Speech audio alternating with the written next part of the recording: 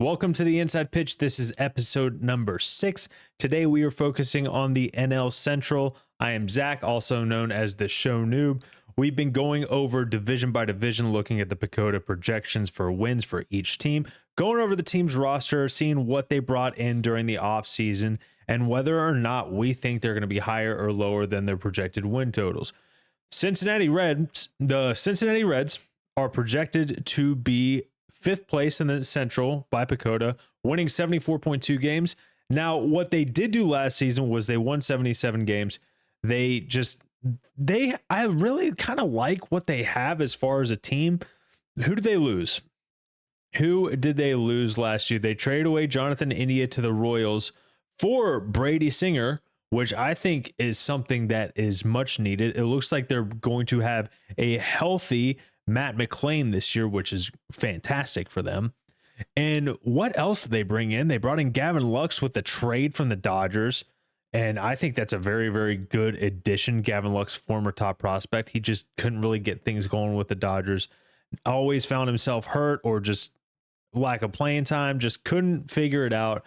He's going to get all the at-bats in the world in the Cincinnati Reds stadium and lineup is what I meant to say. Geez, forgive me. It's after work. I'm a little bit tired, but regardless, I'm trying to get these out. I know this is a little bit late in the season. It's opening day today, and I am just now recording. I didn't plan this out very well. I'm looking to do better about that next time, but regardless, we're going to get it done. But let's look through this lineup from top to bottom. Center field, you got TJ Friedel. You got second base being Matt McLain. Shortstop batting third, Ellie De La Cruz. And this is all just projected via Fangraphs if you're listening on Spotify, which we are on. So if you're watching this on YouTube, make sure to follow on Spotify if that is your preferred method of listening to podcasts. I know this is a video podcast on YouTube, but if you'd rather listen, might have a better experience over there. I'm not sure. Projected to play left is Gavin Lux. Third base, Jeimer Candelario. DHing is Spencer Steer. First base, you got Christian Encarnacion Strand. Jake Fraley in right field. And catching is Jose Trevino. On the bench, you brought in Santiago Espinal with a trade via Toronto early last year. My mistake. I totally forgot about that. Anyway, the rotation is looking pretty decent from top to bottom. Hunter Green leading off the rotation. He kind of broke out last year and had a fantastic season. Cy Young 8, he's 24 years old, going to be 25 this year. Just had a great season, 169 strikeouts, 150 innings, 2.75 ERA with a 3.47 FIP, ERA plus 160. That is a very, very good season. He was an all-star. You got Nick Lodolo, who had a very, very mild year last year, 4.76 ERA and 115 innings pitched, but his FIP was under 4. So a good chance he got a little bit unlucky. You know, Great American Ballpark is kind of a launch pad. It's a very hitter-friendly park.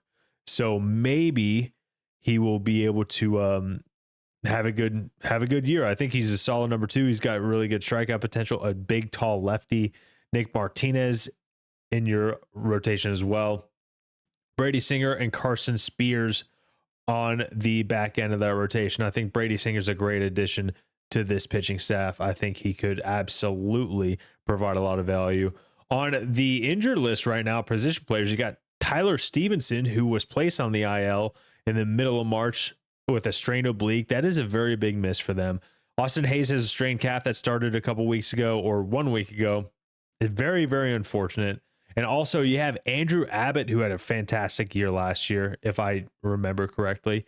Yeah, he had a really good year last year, a 3.72 ERA, but he could have gotten a little bit lucky. His FIP is sitting at a 4. But regardless, he's going to be on the IL most likely. He has a strained shoulder dating back to August of last year. Rhett Lauder has a strained forearm as of January, which is not good. You hate to hear that. You really realize that sort of leads to potentially having a Tommy John sort of situation, which Julian Aguilar and Brandon Williamson have both had, which is why they will not be on the team at all this year, as well as Alexis Diaz in the bullpen, who has a strained hamstring as of March 21st. In the bullpen, they did bring over Taylor Rogers from the Giants via trade and signed Scott Barlow to go along with Emilio Pagan, Tony Sentian, Graham Ashcraft, Sam Mull, Brett Suter, and Ian Gibaut. I don't know how to pronounce that name, so forgive me if that was incorrect. But anyway, I do think this team is a little bit better. I don't think they got worse since last year, which is what Pacoda says. I think Elly De La Cruz is one of the best players in baseball. I absolutely think he could have a MVP type season if he cuts down on the strikeouts a little bit. He's only 23 years old. And what did he do last year? He hit 25 bombs, stole 67 bags, which led the league. OPS of 809, 119 OPS plus. He finished 8th in the MVP voting as a 23-year-old and was an all-star, which is just really, really impressive. Did lead the league in strikeouts with 218. We may need to cut down on that for him to reach that MVP potential. But I really, really like this lineup. I think it has a lot of upside. Matt McLain, he basically missed all of last year, and he was really, really good 2 years ago. In 2023, I think he had an all-star campaign, I want to say. I'm not 100% sure on that. He missed all of last year, but his rookie season of 2023, he finished 5th in Rookie of the Year voting. His OPS plus was 127, OPS 864. He hit 16 homers, 14 steals, 290 average. That's a really strong year for a 23-year-old. Hopefully, with him coming back, he can add some depth to this lineup. Gavin Lux, what are you going to do? Hopefully, you can pop off with maybe 550 plate appearances. Jeimer Candelaria had kind of a down year. He was signed as a free agent in December of 23. Maybe he can bounce back a little bit. Spencer Steer, Christian Encarnacion Strand had a down year. He was hurt for most of the year, but he has a lot of power potential. Maybe he can tap into that. Jose Trevino coming over via trade from the Yankees. I believe he came over in the Cody Bellinger trade. Or, geez, no, that's dumb. I cannot believe I just said that. I don't know what he came over for. I cannot remember. Someone let me know in the comments. Jake Fraley in right field. I do like this lineup, and I really like what they did in their pitching rotation. Like, Brady Singer had a really good year. Nick Lodolo, Hunter Green are a very solid top two. Hunter Green's a great number one, I think. And Nick Martinez, I mean, he had a solid year last year. This has a potential to be a little bit better of a rotation than a lot of people think, in my opinion. Yeah, he 3.21 FIP, 3.10 ERA, 142 innings pitched. I mean, that's a really, really good pitcher right there. And I think I'm going to take the over for the Cincinnati Reds. I think they're 76 to 80 win team, in my opinion. And I absolutely think they can. I don't think they're going to finish 5th. I have a team that I think is going to finish 5th, and it's not the Cincinnati Reds. I think they can surprise a lot of people. I think Elly takes a step forward. I think Hunter Green can absolutely I think he can do what he did last year at the very least, and he can add some innings to that total. I don't really like their bullpen. There's just really lack of a strong back end of that bullpen, those lockdown dudes. I do like the addition of Scott Barlow. Taylor Rogers adds a lot of funk to that bullpen. He has a crazy release point. And Emilio Pagan's all right, but I don't think you have a really, really legit closer on this in this bullpen. It's going to be bullpen by committee, in my opinion. And maybe you have some reinforcements on the way as well, with Tyler Stevenson coming back from injury, hopefully at some point this year. I know obliques are very, very naggy, so hopefully he can get over that in a couple months or so. Anyway, the over for the Cincinnati Reds. And next is the Pittsburgh Pirates with an over-under of 75.3. And what did they do to improve this team? Not much. They didn't do very much. They brought in Tommy Pham to play left field. 37 years old. I cannot believe that. They brought back Adam Frazier. I believe he was an all-star for them many, many moons ago. They brought in Andrew Heaney to go with that starting rotation. Also signed Caleb Ferguson. They claimed Justin Lawrence off of waivers from the Colorado Rockies. Crazy that the Rockies put him on waivers. They did sign Tim Meza.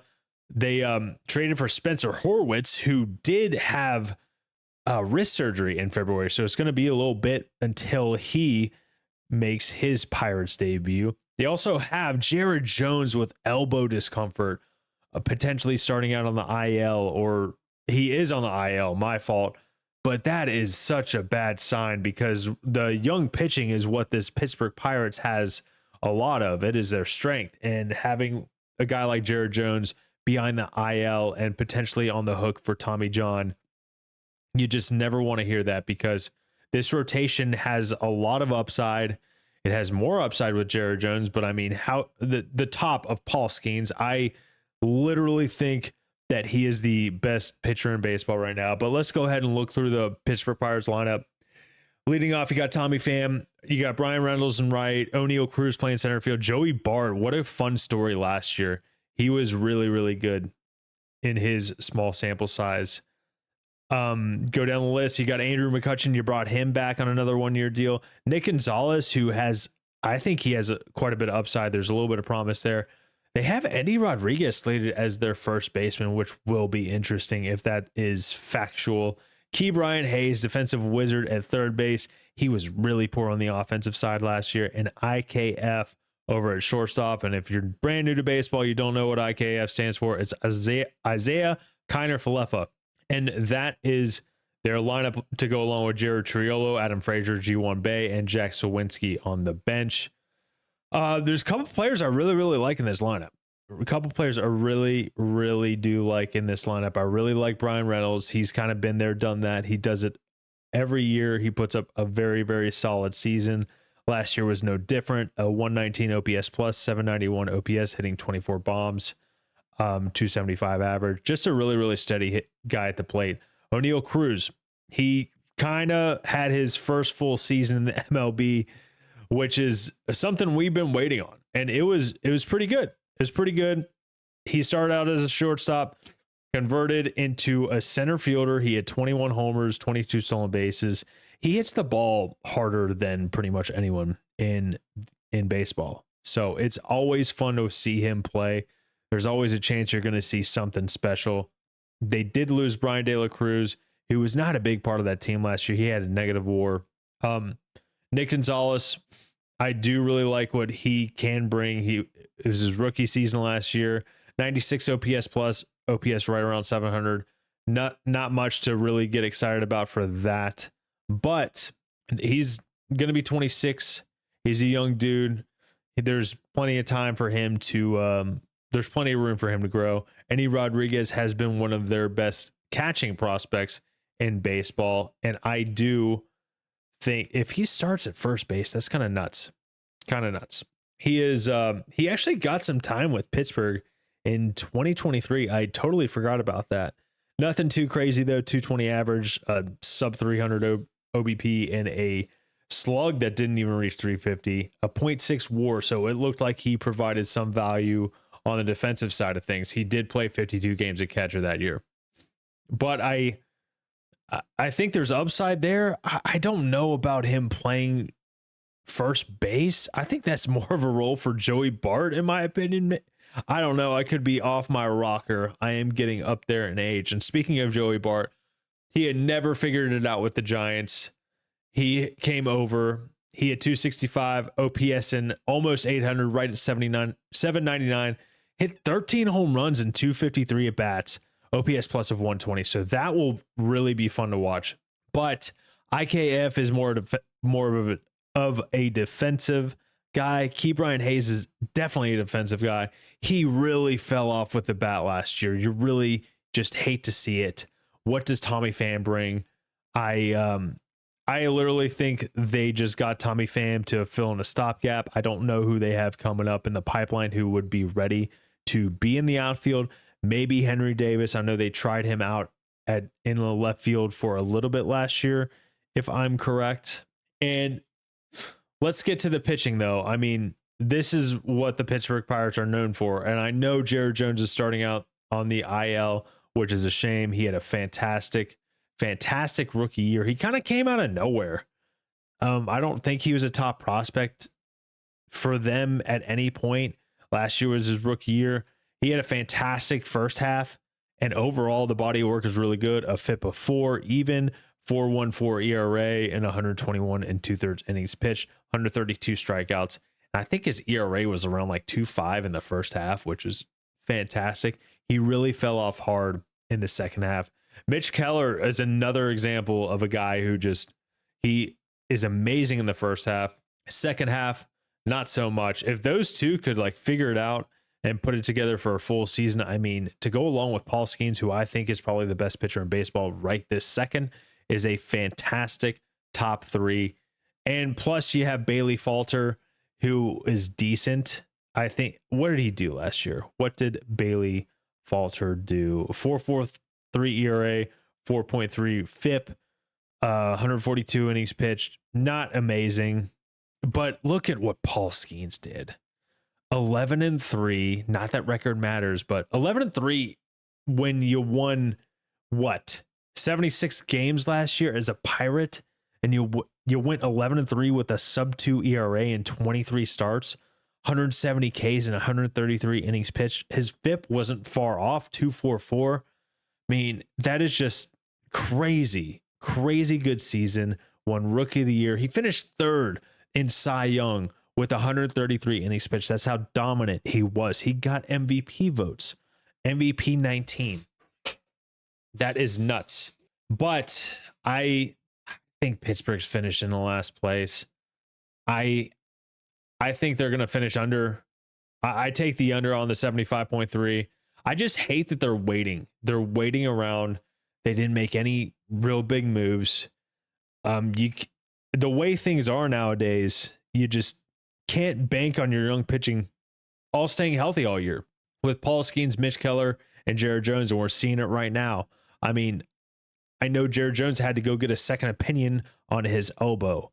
And when you're looking for a second opinion, it means the first opinion did not go well. It just did not go well.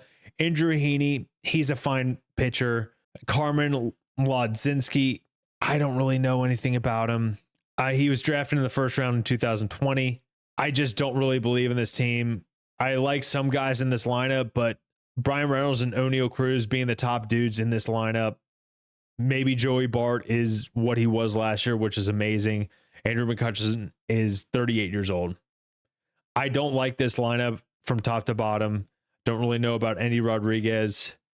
If his value lies behind the plate, then why isn't he catching in this lineup? And Pirates fans, correct me if I'm wrong.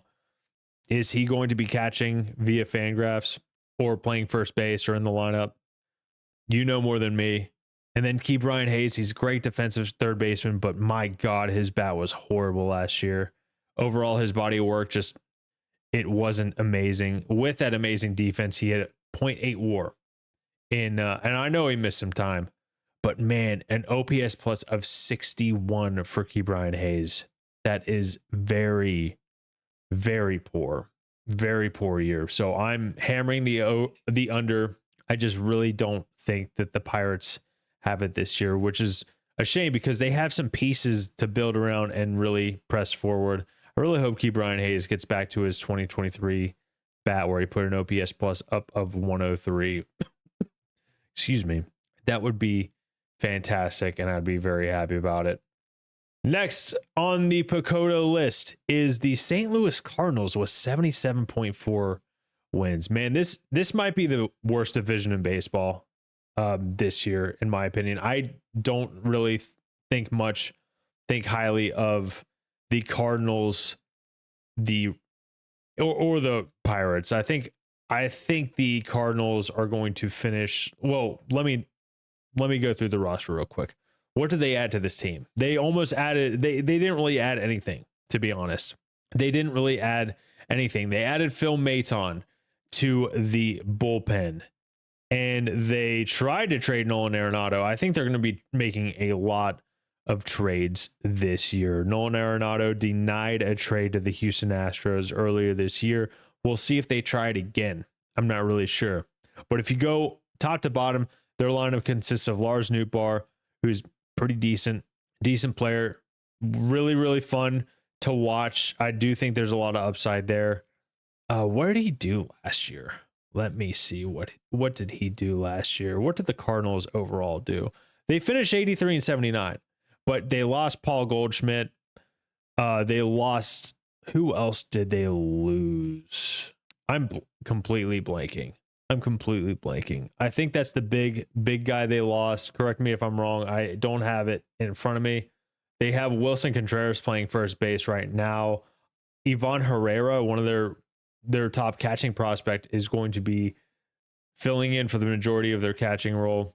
What did Lars do last year? He had a pretty decent year, 111 OPS plus in 350 at bats. I think he's a perfectly capable player. Got Wilson Contreras, who had a very, very strong campaign as well. Although it was a weird one. It was a very weird one. They signed him to be their catcher, and then halfway through the year or whatever point in time it was, they told him, hey, your defense is horrible. We're going to put you in left field now. Well, now he's listed as their everyday DH. And from what I hear, he put on a bunch of weight. He put on some good weight. He put on some muscle. He bulked up. He wants to hit a ton this year. And I think he can. I mean, his OPS plus last year was 136, 15 bombs and 300 at bats. That tracks to about a 30 homer season if you play the full year, about, give or take. Brendan Donovan, he's a fine player. He not amazing, but he's good. Nolan Arenado, he keeps going down and down and down, it seems. 2.5 WAR last year, 16 homers and 578 at bats, an OPS plus of 101. That is just something we are totally not used to as Nolan Arenado fans, nor are Cardinals fans. Alec Burleson as their DH. Wilson Contreras is playing first. That's my fault. He's not their DH. Alec Burleson, DH. Ivan Herrera catching. Jordan Walker playing right field. What is he going to break out? Is he going to figure it out? I think this was last year where he had a great month, or he had a great start, and then the Cardinals sent him down for no apparent reason, and it didn't make sense to me. Got Victor Scott, the second, playing in center field, and Mason Wynn at shortstop, who had I'm pretty sure he had a very, very solid year. 102 OPS plus. He had actually a fantastic year, 4.9 WAR, 109 strikeouts to 41 walks. I mean, that's 109 strikeouts is not that bad when you have 587 at bats nowadays. He actually flashed some more power than I thought he would. 15 homers, not a bad season. He's 22 years old, or he's 23 years old. There is a lot of youth on this team. I think it will be fun to watch kind of Mason Wynn, Victor Scott the second, Jordan Walker come up and see what they have. On the bench, you have Pedro Pages, Lucan Baker, Nolan Gorman, and Michael Ciani. I was a big Nolan Gorman fan heading into last year, and I even made a video on the main channel, like bold predictions for every team. I thought mine for the Cardinals was that Jordan Walker and Nolan Gorman was going to overshadow Arenado and Goldschmidt and become the best duo on that team. Didn't happen. And what sucks about that is it didn't happen not because that Arenado and Goldschmidt were so good, because they weren't. It means everyone was bad. And you take a look at the Cardinals rotation. You got Sonny Gray, Eric Fetty, Andre Palante, Miles Michaelis, and Matthew Liberatore. I know Liberator's had been one of their top prospects. He's very, very young, and he has a lot of upside there. He came out of the bullpen for the most part last year. He was all right, a little bit below league average, 4.44 ERA. Started a couple games. FIP was right around 4.11. Miles Michaelis was awful last year. They did lose Kyle Gibson. They did lose Lance Lynn. That's who they lost. They lost Andrew Kittredge. And who's on the IL for them right now? It's just Zach Thompson. They still have Ryan Helsley in the back end of the bullpen, who I do think they're going to trade. Jojo Romero is a pretty good reliever. Phil Maton has been solid. John King, Chris Roycroft, Ryan Fernandez. They still have Steven Matz. He could start some games if they need him to. He might be in the starting rotation, but I just don't know. We're still looking at Fangraphs. I hope it's a little bit accurate. Steven Matz had a really bad year, though. Really, really bad year. So there's some things I like about this team. Not much, though. I really like the youth. I'm excited to see if Jordan Walker can actually finally emerge as a solid MLB player. Same thing with Nolan Gorman. I really like the upside. Can he kind of revert back to his 2023 form? Can Nolan Arenado kind of prove that he's not aging super poorly? I mean, he's going to be 34 this year. That's not incredibly old to be regressing this much, in my opinion, from a guy who is just so consistently good for so long. Wilson Contreras, maybe he has a fantastic season at the plate. We haven't really gotten to see just a 150 game season from Wilson Contreras. Does that happen at first base? But overall, I think everyone gets traded on this team. There's not a lot of guys who are 30 and up who look like they're trying to build around. I think Wilson Contreras might keep him because his contract is kind of, it's a little bit on the shorter side. And I think he has more value with his bat right now than Nolan Arenado, and which is kind of nuts to say out loud. He's only making 18 mil a year. I mean, that would be an easy contract to get rid of. Maybe they do trade Wilson Contreras at some point, especially if he's mashing. That would be an easy contract to get rid of. Lars Nootbaar might be the dude to build around, not gonna lie. And even so, he's not a ridiculous superstar or anything like that. He's a very good player. But overall, this team's very, very young, very inexperienced outside of guys like Contreras, Arenado, Burleson, Brendan Donovan, and Sonny Gray and Eric Fedde at the top of the rotation. Sonny Gray's a really, really good pitcher. When does the regression start to happen? Because he's 35 this year. Maybe I should stop saying that because, I mean, you see guys, starting pitchers when they're 35, a little bit different than position players. They don't age the same. I think they age a little bit better going into their later 30s. But after Gray and Eric Fedde, it just falls off a cliff. Miles Michaelis was pretty awful. Matthew Liberatore was just okay. He didn't start that much last year. And Ryan Helsley's a great closer. But the rest of this bullpen is very, very iffy outside of him, Romero, and Maton. And then I think they're just going to trade everyone. So I'm hammering the under for 77.4 wins. Definitely the under. And next, this is actually nuts. Not where they are in the standings, but their win total. They have the Milwaukee Brewers at 79.6 wins, which is crazy in my opinion. What did they do this offseason? They also really, really didn't do all that much, but they didn't need to do as much, in my opinion, than excuse me, sorry. They traded for Nestor Cortez. They sent over Devin Williams. They signed Tyler Alexander. They do have some significant starting pitching on the IL right now. Brandon Woodruff should be coming back at some point. Tobias Myers has a strained oblique. Hopefully he should be back healthy sooner rather than later. I know obliques are different for everyone. DL Hall has a strained lat, so who knows when his timetable is.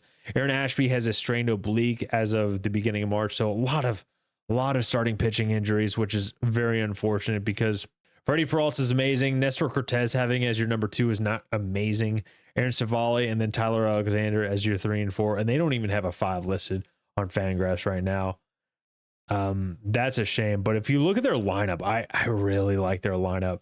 I mean, Jackson Chourio had a fantastic season last year. I am so excited to watch him build upon that and see what he can do this year.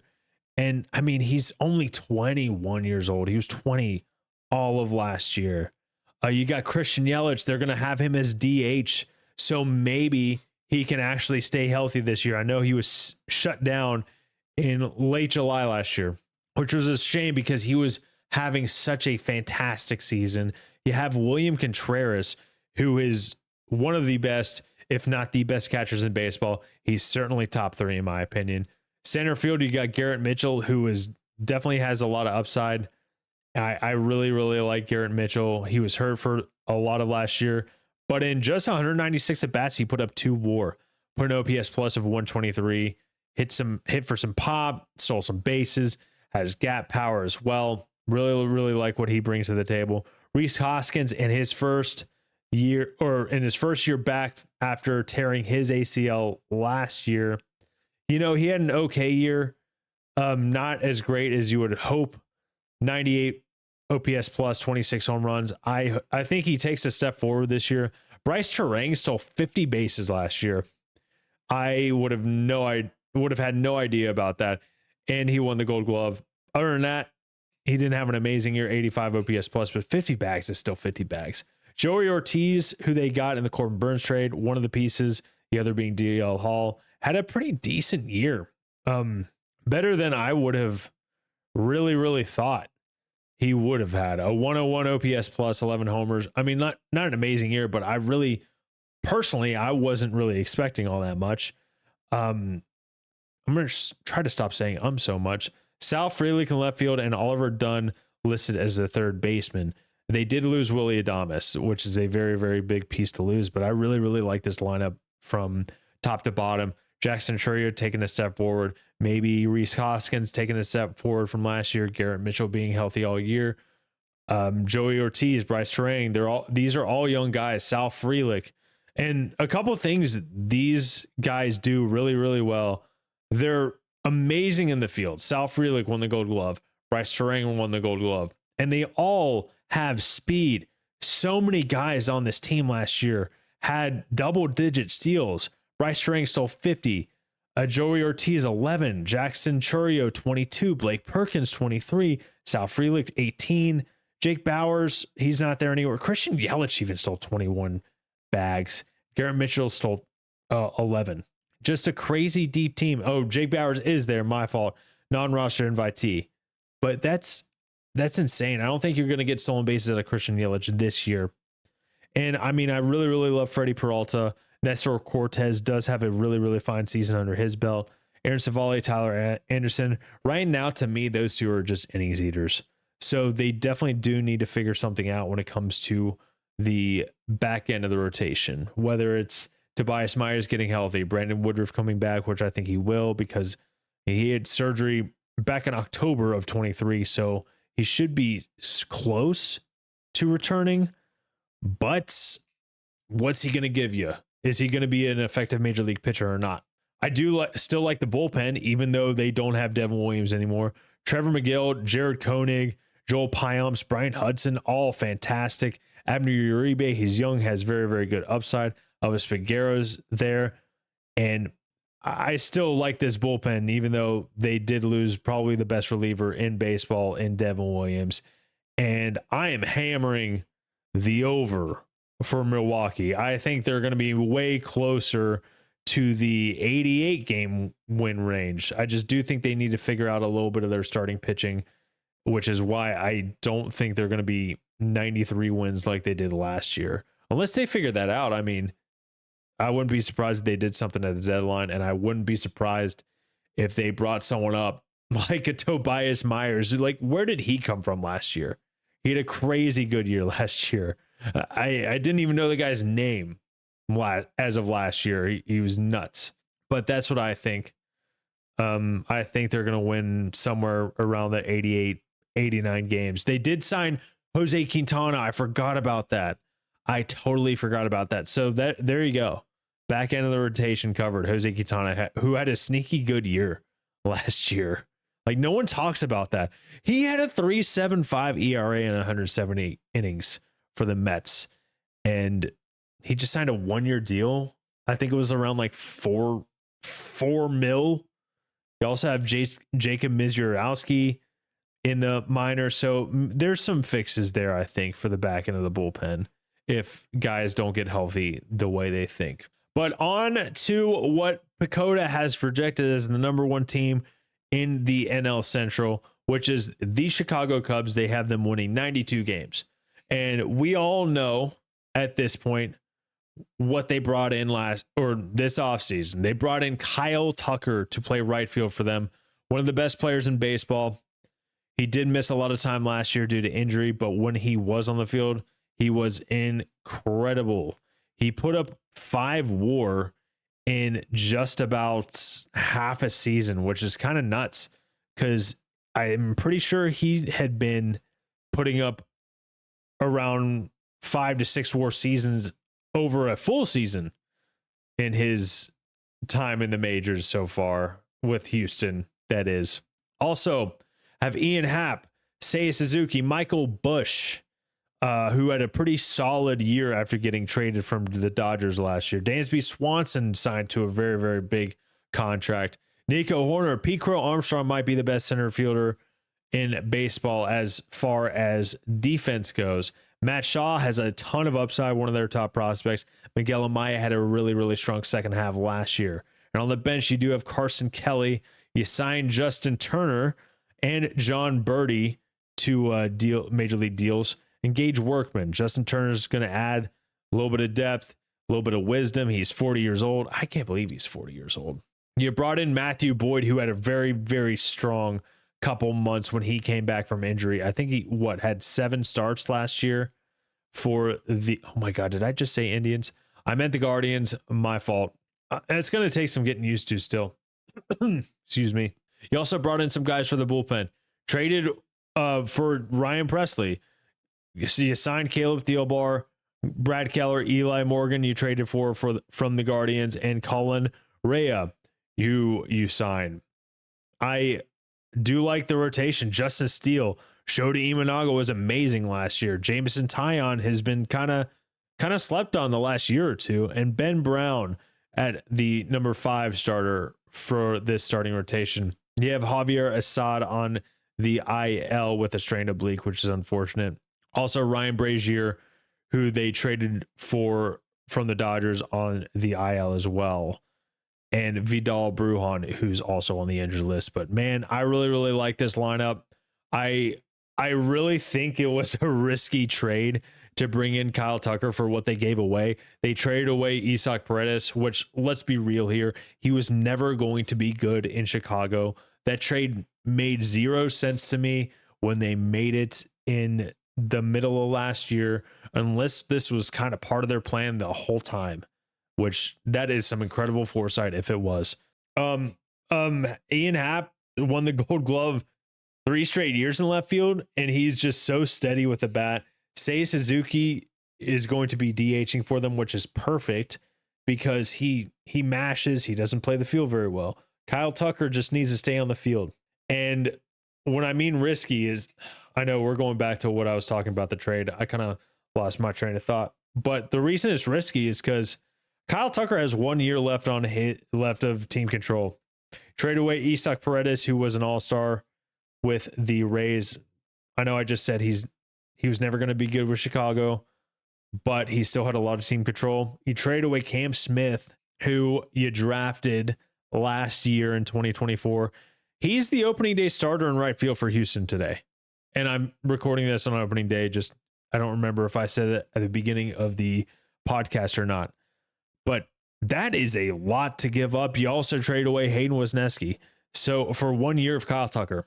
So you're clearly in win now mode. I don't think you extend Kyle Tucker during the season. Absolutely not. You took him to arbitration. You didn't really meet his demands either. So, they're probably not going to spend the money on Kyle Tucker to re-sign him this offseason because if he has a good year, $500 million. That's what Kyle Tucker is going to ask for. Cam Smith looks like he could be the real deal.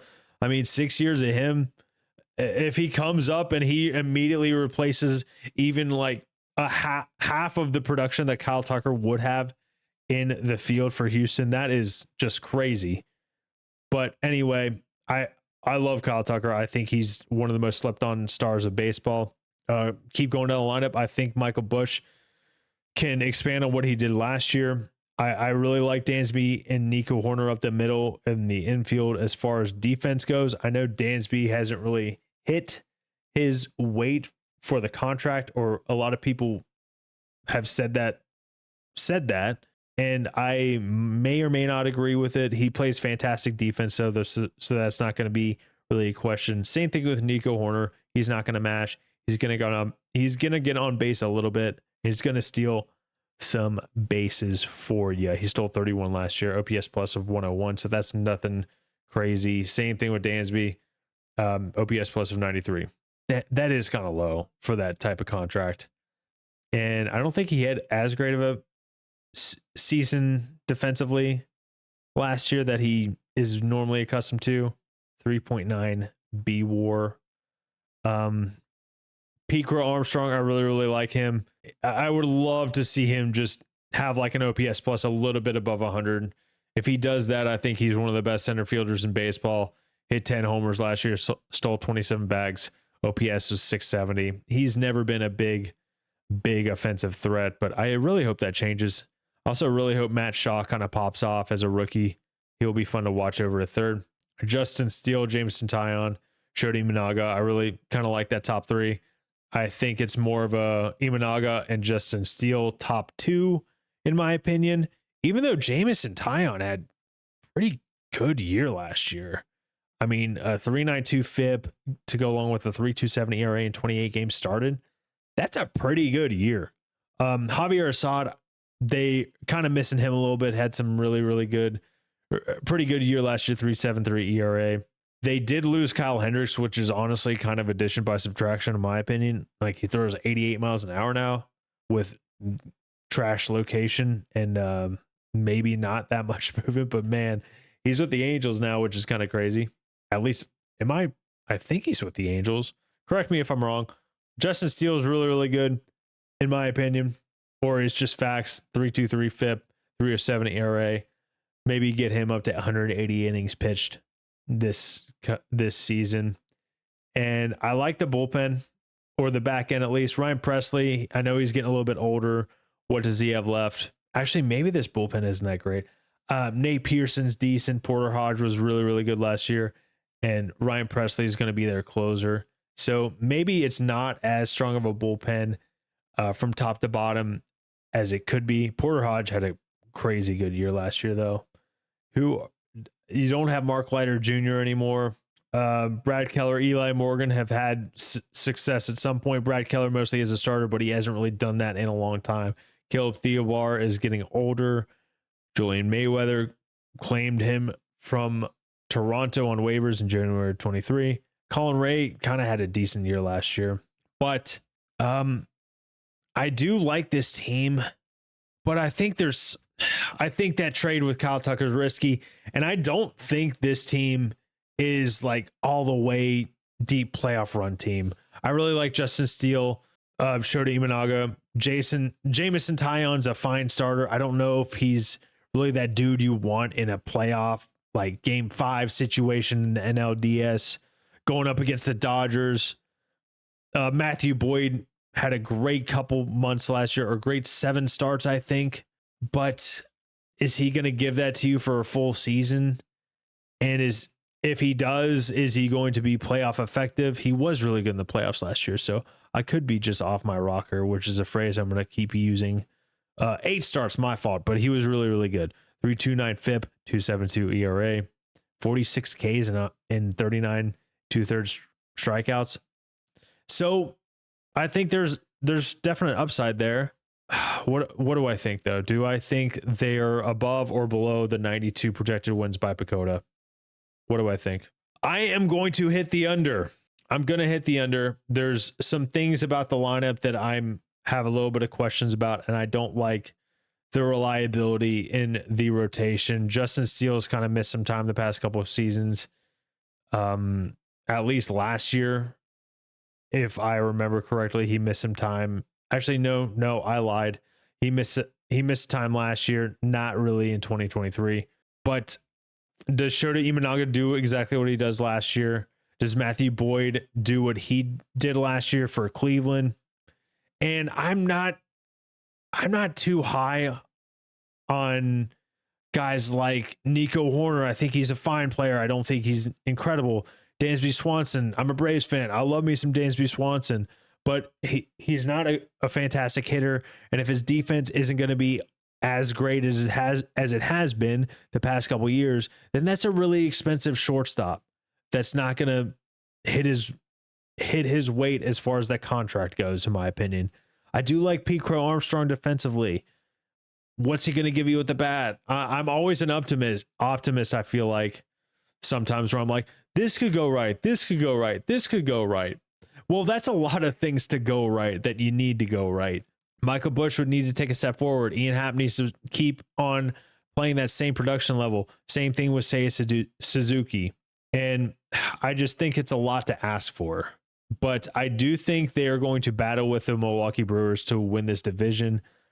I don't know if they win it. I don't know if they win this division. The Brewers just do this every year. They are so quick. They're so great in the field. And you'll have guys come up out of nowhere that you've never heard of with the Milwaukee system. Bryce Terang, 50 steals.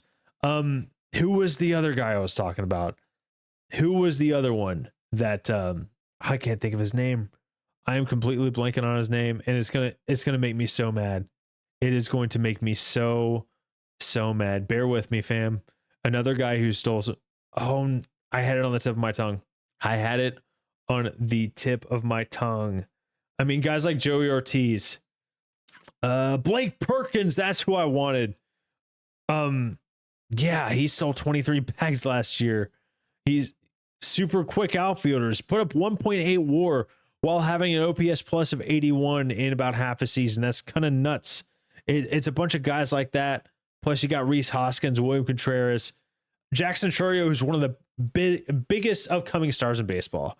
Rookie of the Year 3 last year, got MVP votes. I just don't know. It's going to be a toss-up between the Chicago Cubs and Milwaukee Brewers as far as crowning them the Central Division champions. And that's where I'm at with that. I think that I like Chicago. I want to see them do well. I want to see Kyle Tucker go off. But I don't think they're this 92 win team. I think they're more of a 88 to 90 win team. And that's what I think. But anyway, that's my thoughts on the NL Central. Let me know in the comments why I'm wrong or why I'm right about something. As far as divisions go, I think the Centrals, especially the NL Central, is the division I kind of pay the least amount of attention to overall in baseball. I don't know why. I can't tell you why. There's no legitimate reason. It's not that I don't like the teams, but it's just, I don't know. I don't know what it is. But let me know what you think in the comments. I should have the NL West here. I know it's opening day today. I'm still going to put out the West just because I'm going to do it. You know, if it's a couple days late, whatever. At least I still do it.